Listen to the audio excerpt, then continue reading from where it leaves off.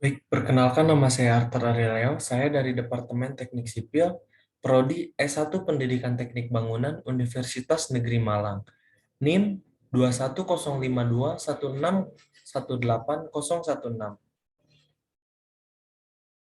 Di sini saya akan mempresentasikan hasil pekerjaan saya dari mata kuliah, praktik, dan pengujian bahan. Dengan dosen pengampunya Bapak Mirza Abdillah Pratama STMT, dengan judul di sini jenis-jenis pengujian beton segar. Untuk pekerjaan beton, pengerjaan beton adalah tentang campuran dan homogenitas. Pekerjaan dengan beton atau mortar yang dicampur harus mendapatkan pengujian kemampuan kerja beton untuk mengetahui seberapa kekuatan beton yang diinginkan. Dengan kata lain, jika proses pembetonan seperti pencampuran, penempatan, pemadatan, dan finishing dapat dilakukan dengan baik dalam kondisi yang baru dicampur. Ini akan memberikan kemampuan kerja beton yang baik. Selanjutnya, faktor utama pengaruh pengerjaan beton. Yang pertama, ada rasio air atau semen. Yang kedua, ada bentuk dan ukuran beton. Yang ketiga, agregat dan campuran. Beton segar. Di sini ada definisi lain tentang beton segar juga. Beton segar adalah campuran beton yang telah selesai diaduk beberapa saat, karakteristiknya belum berubah atau masih plastis dan belum terjadi peningkatan. Tujuan pengujian beton segar ada 3. Yang pertama, mengetahui kecelakaan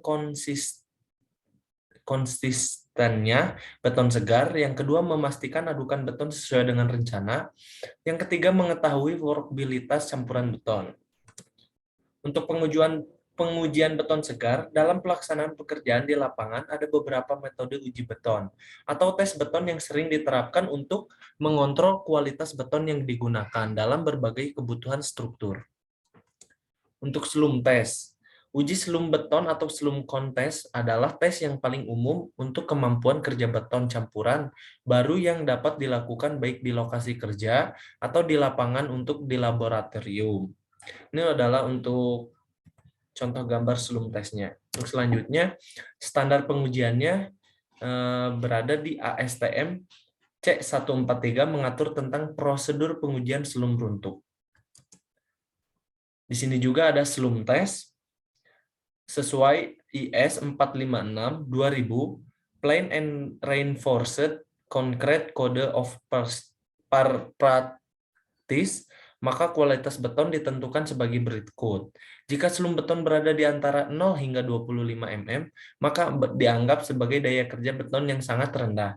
Jika slum beton berada di antara 25 hingga 50 mm, maka dianggap sebagai daya kerja beton yang rendah. Jika slum beton berada di antara 50 hingga 100 mm, maka dianggap sebagai kemampuan kerja beton sedang. Jika slum beton berada di antara 100 hingga 150 mm, maka dianggap sebagai daya kerja beton yang tinggi. Untuk tahapan pengujiannya juga ada beberapa tahapan. Yang pertama, membasahi kerucut Abrams, papan, dan tongkat pemadat dengan air hingga basah. Memposisikan kerucut Abrams dengan diameter kecil menghadap ke atas.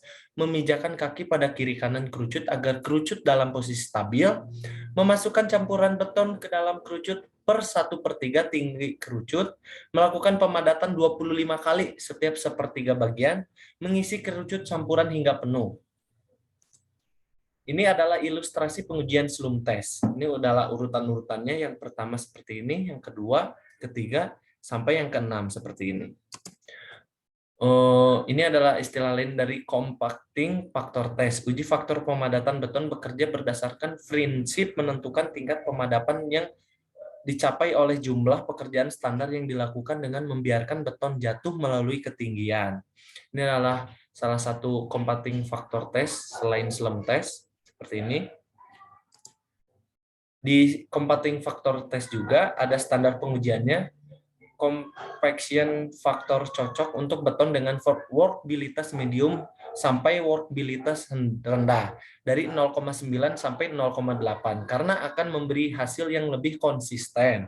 Untuk workabilitas rendah kurang dari 0,7, tes tidak cocok digunakan karena beton tidak bisa dipadatkan secara penuh sebagai perbandingan seperti cara yang telah dijelaskan dalam tes. Menurut ML Gambir 1986. Untuk proses pengujiannya juga, dalam pengujian bagian atas hopper diisi dengan bahan uji beton representatif. Setelah penuh, suatu pintu yang bersendi pada dasarnya dibuka dan beton dibiarkan jatuh ke dalam hopper yang kedua. Dengan cara yang sama, beton dilepaskan dari hopper kedua dan jatuh ke dalam tempat yang berbentuk silinder. Kelebihan beton dipotong oleh kedua baja yang bekerja simultan dari luar pusat silinder. Silinder berisi beton pada volume tertentu yang telah mengalami sejumlah pekerjaan tertentu sewaktu jatuh dari hopper kedua ditimbang, sehingga diketahui berat beton yang sudah dipadatkan sebagian WP. Silinder kemudian diisi kembali dengan contoh bahan yang sama. Setiap lapisan kurang lebih 50 mm. Beton ditumbuk dengan keras sehingga dicapai kepadatan maksimal. Bagian muka atas diratakan lalu beton ditimbang. Didapat berat beton dengan kepadatan penuh WR. Ya, selanjutnya ada yang disebut dengan faktor pemadatan adalah perbandingan dari berat beton yang didapatkan sebagian beton yang dipadatkan penuh, WP dibagi WF. Menurut L. J. Murdoch dan KM Brock tahun 1999. Ini adalah contoh gambar dari convection factor test of concrete. Ilustrasi pelaksanaannya seperti ini. Ini gambar pertama, ini gambar kedua dijatuhkan ke wadah kedua. Alat pengujiannya seperti ini. Ini adalah disebut juga alat pengujiannya Hooper clamp. Ini gambar A, gambar B, dan silinder gambar C. Yang ketiga ada C atau flow table test. Flow table test sendiri ialah tes aliran atau flow test adalah tes laboratorium yang memberikan indikasi kualitas beton sehubungan dengan konsistensi atau kemampuan kerja dan keterpaduan dalam tes aliran ini. Masa standar beton mengalami penyentuhan. Tes ini pada umumnya digunakan untuk beton dengan daya kerja tinggi atau sangat tinggi. Ini untuk contoh gambar flow table test. Standar pengujiannya juga ada yang pertama BS 1881, 105, 1984. Metode ini digunakan untuk beton yang bisa dikerjakan dengan tinggi dan sangat tinggi yang akan menunjukkan tingkat kemerosotan beton. Dan menurut ASTM C 1437, 15 standar tes method of flow of hydraulic cement mortal, dan menurut EFNR RC Annex B1. Menurut MS Seti, teori dan praktik teknologi beton, nilai uji aliran dapat berkisar antara 0 hingga 150%. Untuk proses pengujiannya juga ada beberapa tahapan. Yang pertama, siapkan permukaan yang rata dan letakkan tabel air di permukaan. Yang kedua, gunakan kain lembab untuk membersihkan bagian atas meja dan permukaan bagian dalam cetakan. Yang ketiga, tempatkan cetakan berbentuk kerucut di atas meja. Yang keempat, isi kerucut dengan beton segar dalam 2 lapisan yang sama dan mulai tamping setiap lapisan 10 kali menggunakan batang tamping kayu. Yang kelima, sehingga tamping kayu kemudian dipukul off flush dengan tepi atas dari kerucut dan area bebas dari bagian atas meja dibersihkan. Dan yang keenam, setelah setengah menit mogok, angkat kerucut secara vertikal. Yang ketujuh, kemudian naikkan bagian atas meja dengan pegangan dan biarkan jatuh 15 kali. Dalam 15 detik, beton menyebar dengan sendirinya. Ukur diameter beton menyebar dalam 2 dimensi sejajar yang dengan tepi meja. Untuk ilustrasi pelaksanaan pengujiannya juga ini seperti ini. Ini gambar yang pertama, ditumpuk dulu betonnya di atas ini kerucut, yang kedua diangkat kerucutnya secara perlahan, yang ketiga diangkat, dan yang keempat ukur diameter yang melebar di atas meja. Ini adalah flow table test. Untuk yang keempat ada VB consistometer test. Tes konsistensi VB adalah tes laboratorium yang baik pada beton segar untuk mengukur kemampuan kerja secara tidak langsung dengan menggunakan konsistensi V sampai B. VB tes biasanya dilakukan pada beton kering dan tidak cocok untuk beton yang sangat basah. Ini untuk contoh alat VB consistometer test.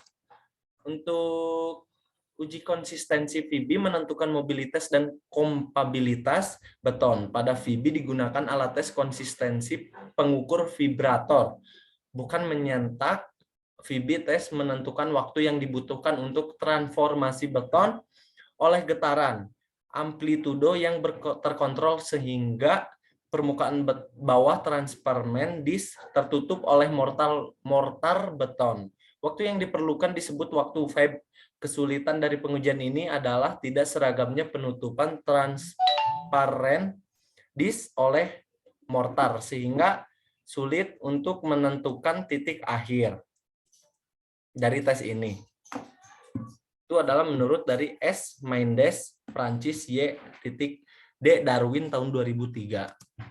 Untuk standar pengujiannya tertulis di EN 12350-3 dan ASTM C1170.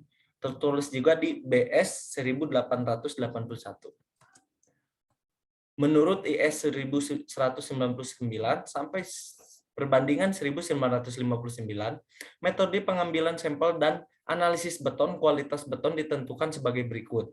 Yang pertama, jika waktu lebah hingga 20 hingga 15 sampai 10 detik, maka beton dianggap sebagai konsistensi sangat kering. Jika waktu lebah hingga 10 hingga 7 sampai 5 detik, maka beton dianggap sebagai konsistensi kering. Jika waktu lebah hingga 5 hingga 4 sampai 3 detik, maka beton dianggap sebagai konsistensi plastik. 3 hingga 2 sampai 1 detik, maka beton dianggap sebagai konsistensi semifluida. Metode pelaksanaannya sendiri ialah yang pertama, silinder kosong dibersihkan, lalu ditimbang beratnya. Yang kedua, campuran beton sesegera mungkin dimasukkan ke dalam silinder sampai 3/4 bagian tinggi silinder.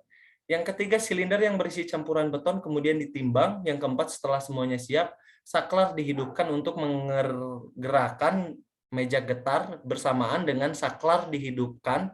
Stopwatch dijalankan untuk memperoleh besarnya angka VB time test. Yang terakhir atau yang kelima, setelah campuran beton menutupi seluruh permukaan kaca penutup, meja getar dimatikan lalu dicatat pembacaan skala penurunan yang ada pada tingkai penutup silinder. Yang keenam, pengujian VB dilakukan sebanyak 2 kali untuk masing-masing campuran beton. Yang ketujuh, selanjutnya, menghitung skala penurunan yang terjadi dengan cara pembacaan skala akhir dikurangi pembacaan skala awal, kemudian dibuat rata-ratanya. Yang kedelapan, nilai rata-rata menunjukkan nilai skala penurunan pada VB time. Kemudian yang kesembilan, menghitung nilai VB time dengan cara merata-rata waktu campuran beton sampai menutupi plat kaca. Yang ke-10, nilai rata-rata menunjukkan nilai VB time test. Ini adalah contoh alat pengujiannya. Ini disebut VB consistometer test. Alatnya seperti ini, ada beberapa bagian, istilah dengan istilah-istilahnya seperti ini. Untuk yang kelima ada Kelly Ball test. Uji beton ini dikembangkan oleh J. W. Kelly. Karenanya dikenal sebagai tes bola Kelly. Kelly Ball test adalah uji lapangan sederhana dan murah yang mengukur kemampuan kerja beton segar dengan yang serupa dengan tes sebelumnya.